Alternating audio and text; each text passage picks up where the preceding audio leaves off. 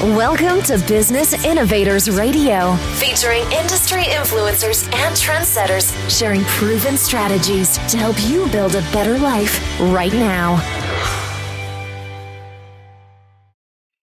Well, hello and welcome to this episode of our program. This is Mike Saunders with Marketing Huddle. Today we have with us Danielle Tate, author of Elegant Entrepreneur. Danielle, welcome to the program. Thanks for having me. Hey, so let's just jump right into some ideas and strategies and what prompted you to go in this direction. So this is your newest book, and what is it kind of about? What's the background, and what are the benefits of being an entrepreneur from your perspective? So Elegant Entrepreneur is very much the book that I always searched for. I personally am an accidental entrepreneur. I don't have a business background or an MBA, but I successfully built an idea into a multimillion-dollar business. And while I self-educated through books, I never found one that spoke to me as an intelligent woman, but didn't assume that I had an MBA. So Elegant Entrepreneur is a third business book. Here's how to do it, the 12 steps from idea to exit. A third, my personal journeys and how it feels as you're in each of these steps. And then it's a third, interviews from amazing female founders like Barbara Corcoran of Shark Tank and Jenny Fleiss of Rent the Runway. And so you're, if I'm hearing you correctly, you're saying it's a lot of great business strategies, but kind of brought down to a real world, how to comprehend and how to understand it without all of the fluffy speak. Exactly. It's a very practical guide that builds you from, I have an idea, here's an innovation gauntlet to help you ask questions to figure out if it's truly innovative and worthy of building a company, all the way to grow you through Porter's 5 forces and, protecting your company and sustaining in an ever-changing market. Well, now, Porter's 5 forces is an MBA concept here, and we're not talking MBA level. But you can grow to MBA level, and right. tell you that writing that particular portion of the book, there's a book about understanding how Porter wrote Porter's 5 forces. So that was It was an interesting exercise to try to break it down to make it make sense on an obvious level. Yeah, I think it was Albert Einstein that said something to the effect of, if you can't explain your idea to a 6-year-old or a 12-year-old, then it's not, you haven't figured it out yet yourself. And I think that a lot of things are that way, and you see some of these lists that come out once in a while that says, here's cliche phrases in business we should never use because just everybody uses them. Well, a lot of times these types of concepts, they just get run into the ground, and in reality, let's just talk. You get some of these, you see some of these examples of people with, telemarketing scripts, and it just gets so confined, when in reality, put the script down and just talk to somebody. Well, that's what you're describing this is, which is we could talk all about high type concepts, but when it gets down to it, what's your business? What's your idea? Does it have legs to stand on? And then what should you do next? Yeah, what do you do with it? I completely agree. And on the topic of, jargon and intellectual talk, I ended up writing an entrepreneur and startup dialect glossary because there are so many things that you say as you've been in entrepreneur world that aren't always apparent, and acronyms. And I personally went to a pitch contest, fortunately, not for my company, and the word disruptive was being used over and over again. And I thought that was something that you shouldn't be in class. Right. And it took me a little bit to be like, disruptive is a very positive thing in startup community. And so by giving people not only the steps and the terminology, it's just going to make it easier to put your best foot forward and be comfortable as a new entrepreneur. Yeah, did the terms lean and pivot make your list? They did. I figured they would.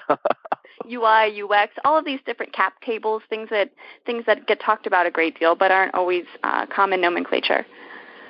Yeah, and I think that would be a fun.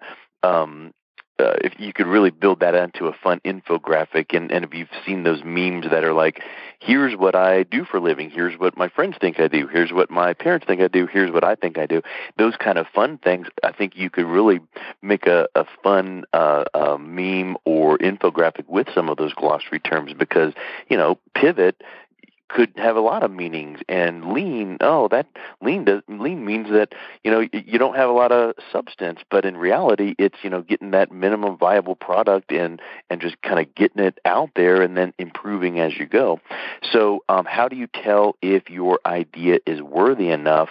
Is it just a bright idea or shiny object, or does it have some legs to start your own business? So if you're asking that question to me, that's why I created the Innovation Gauntlet, because I think, especially for women who are new to the idea of starting a business, they may be a little bit shy to talk about their idea before they understand whether it's worthy or not. And so it's very basic questions like, is your idea easily copied by an existing company or added to an existing product? And you answer these yes or no questions, and you may end up having an idea that's a great product to sell to an existing company. Or if you come through the Innovation Gauntlet and, yes, you have an innovative product that, provides increased satisfaction and increased market demand to a large enough market, then you should consider building your business. Is that Innovation Gauntlet something like a, is it more than just a series of questions, or is it something where it kind of will guide you through and say, because of your answers, here's what you should consider? Yes, do more research, go back to the drawing board, sell to a company, or consider, creating. Maybe you're an inventor, not an entrepreneur. There's some differences there. So it suggests a lot of different avenues depending very specifically on your idea. Yeah, and I think what would you say are some of the biggest mistakes that people make that lead them to go through the Innovation Gauntlet, or what they make a mistake of once they come through and then start taking action on that? In my ideal world, they would look at the Innovation Gauntlet as, right after they have the idea. It's just sort of the first checklist to go through. Mm-hmm. But things that are pitfalls, I think, for everyone are getting incredibly attached, emotionally attached to your idea before you validate it. And so by dreaming of the company and the great things you're going to do and the lifestyle, it becomes very difficult to listen to critical feedback and negative criticisms, the things that you need to know to polish your idea and make it business worthy. So that's one thing that I see being an issue. And then also I see that women tend to pick very small niche markets. A lot of research is pointing to that, they feel safe because it's a very small market. And I think that's a huge mistake. If you have a tiny market, you have to sell all of it to be profitable. And if you can't scale and you can't add employees, then you've basically created a one man or one woman show, and that's a little closer to slavery than success. Yeah, and you've just created for yourself a job. Yes, exactly. That's a lot of people. You've seen those funny things online of the guy that goes, "Oh, you work 40 hours a week? I remember when I used to work part-time," and, talking about, wow, I want to be an entrepreneur so I can do what I want and work, well, it's a lot of work. And if you don't create some of those systems and automations, you do then just have that job, and you're answering to a lot of people, not just one boss, and you don't have people covering for you. So I think that's a huge piece of it is at some point you need to figure out things you're doing throughout the day, maybe even keeping a Excel file open or a notepad open and just going, for the last 30 minutes, I did this. Should I have been doing it? Could it have been done by someone that I could pay $10, $11 an hour to? And I think those are the kind of things that will help you kind of clarify, if your hourly rate is X, well, should you really be doing that data entry or whatever? Now, a true startup, you're doing everything, but at some point, you have to be thinking that direction. I completely agree. I actually have a How do you know when that point comes?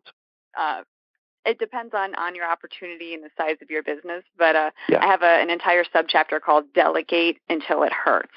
And I compare like your first employee handing over, usually you pick the things like answering the phone, answering email, any of the rote stuff that while you can do it, someone else can do it. And it doesn't require your creativity to make it continue to grow. I compare that feeling that first employee to like handing your newborn to a stranger on the subway. Like it is a hard thing to do, but there are things you can do to make it easier. Exactly, and I think that a lot of people think, well, this little task would take me literally 4 minutes. Why take me more time to explain how to do it than to do it?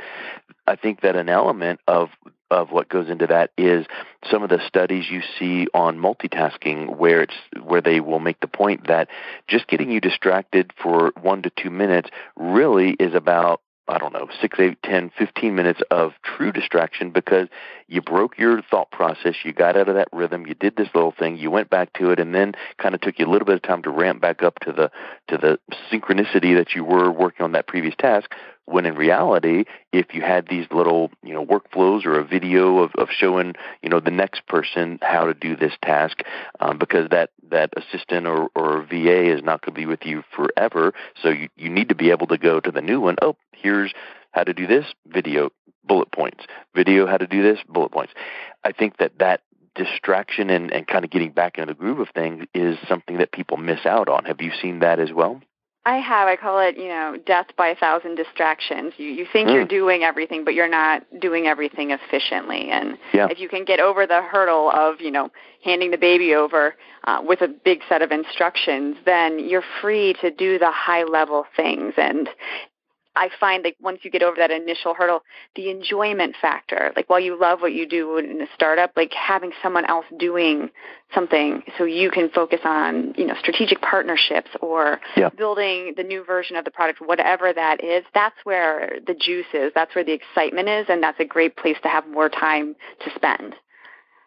Well, and if you look at the highest and best use of your time and what's the highest dollar value of what you could be doing and should be doing, like, presentations to, prospects or strategic alliance development, what is it that if you could spend 100% of your time doing would be the most beneficial to moving your company forward? And 100% of your time doesn't mean, never taking a break or never, but the biggest chunks of your time. And if you can nail those things down and then you focus on them and then everything else goes to someone, and then as that someone gets more and more proficient, then maybe they can take on more to kind of get a little bit into some pre-business development so that it sets you up to do the things your highest and best use of time is. So I think that you can even have different levels of bringing in that support, and you baby step it in for your own sake. I absolutely agree. I'm a huge fan of interns and retirees when you're starting a new project. Yeah, really. Hey, so what are your favorite business books? I love Greatest Salesman in the World by Og Mandino. Greatest book, yep. Worst title ever. I thoroughly enjoyed Barbara Corcoran's book, If You Don't Have Big Breasts, Put Ribbons in Your Pigtails. It's a story of all the things her mother said as she was growing up that she incorporated into her great success in the Corcoran group. It's not a how-to, but it's a great inspirational read. I also, of course, enjoyed the E-Myth and Lean In also. I'm familiar with most of those, but have you read The Ultimate Sales Machine? I have not. That's a good one. Chet Holmes wrote it. It's probably $8 on Amazon, but The Ultimate Sales Machine, super good. Really just taking the concept of too many people are trying to sell themselves or sell their products, and you need to take the educational, becoming your target audience's, teacher and advocate and really these days it's called content marketing, but back when the book was written, it was just really groundbreaking, and it really has some great principles. So that's a really good one. How about mentors? Do you have any personal mentors that you have worked with, or maybe even got to the point where you asked, will you be a mentor to me? I married my mentor. Hey, cool. And he's a co-founder in the business. So as a serial entrepreneur, he was a great mentor because he had been through a lot of things, but he had never done tech or wedding tech. So in that, we were both very new. It's something I did not do a great job of. I was heads down just building a company as best I could. I think in hindsight, which is always 20/20, if I had reached out to perhaps Carly Roney, one of the co-founders of The Knot, that would have been a great strategic mentor to have had. So I would always encourage anyone listening to look for a mentor. And you can't really run up to someone and say, will you be my mentor? I try to frame it in what is the one question you have about your business? What is the one thing that you need to know before you take the next step? And then figure out who is the ultimate person or persons to give you that answer. It's much easier for someone to give you an answer than to give you the commitment to be a mentor, but it can grow into mentorship from there. Yeah, I think you're exactly right. You see a lot of the gurus out there that really, they don't say it publicly, really, because they don't want to attract all of the, please be my mentor. But you do get the feeling that when the time is right, they do enjoy helping out and giving back. You even watch on Shark Tank, sometimes, they'll show, Kevin going back around and going, I didn't do a deal with you, but how are you doing, and can I help out? And I think that's a really, you get from the point of, struggling to striving to thriving to then, giving back, that we've kind of attained to the point where we've been successful. We want to give back to the people that are around us to help them be successful as well. Yeah, I think that's one of the best things about the entrepreneur ecosystem is everyone's working hard, everyone's trying to help each other, everyone's trying to connect each other, and then as people hit different exits and phases, everyone's trying to help each other and the next round of new entrepreneurs. Yeah, so can you identify one or two just common biggest mistakes that you see entrepreneurs make at an early stage? Jumping into business partnerships, finding your co-founder, I think, might be more important than finding your spouse. And sometimes it's more difficult to get out of a partnership agreement than a marriage. And I think it's just common nature to look close to you at your family, your friend group, people you went to school with. And those aren't necessarily the best possible pools for co-founders. You need to find someone who complements your weaknesses, that fill in the gaps that you need to be a successful company. I think it's possible to be successful monopreneur, but it's so much, or solopreneur, but it's so much better to have a co-founder or co-founders to lean on and to push you and to, again, sort of fill in the gaps that you have in your personality, in your business acumen, in your skill set. And so using something like Co-Founders Lab to widen the net of people you're interacting with, and just attending entrepreneur startup events is a great way to find the right people to make into co-founders. Yeah, have you heard, I'm familiar with the group called the Alternative Board. Have you heard of them? I haven't. Where are they based? Maybe just Google it, the Alternative Board. And I don't know much about them other than the concept is at some point you should have a board of directors. And until, many times small businesses, you don't have a true board of directors per se because you're not at that level. But this group is kind of like a mentoring, brainstorming, masterminding group, but they act as your alternative board of directors. And, it kind of accomplishes many of the things you were mentioning. So it just kind of struck me there where, at some point, you don't even need to be going public IPO to have these kinds of things, but you need to be thinking toward that, and a small business needs to start scaling with some of the things we talked about. And one of the things could be, all right, I got my bookkeeper, accountant, I got my, some employees, I got, now how about some advisors? Short of going and asking someone to be a mentor, I need a brainstorming, and these groups they tend to be all around the country. So like you would, join a group, the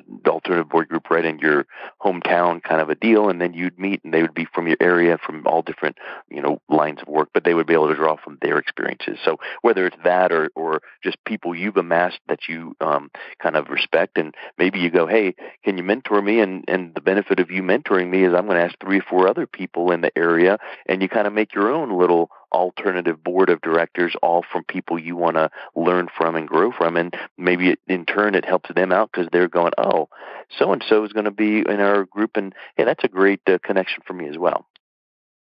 I agree. That's the tremendous resources either way you go. Yeah.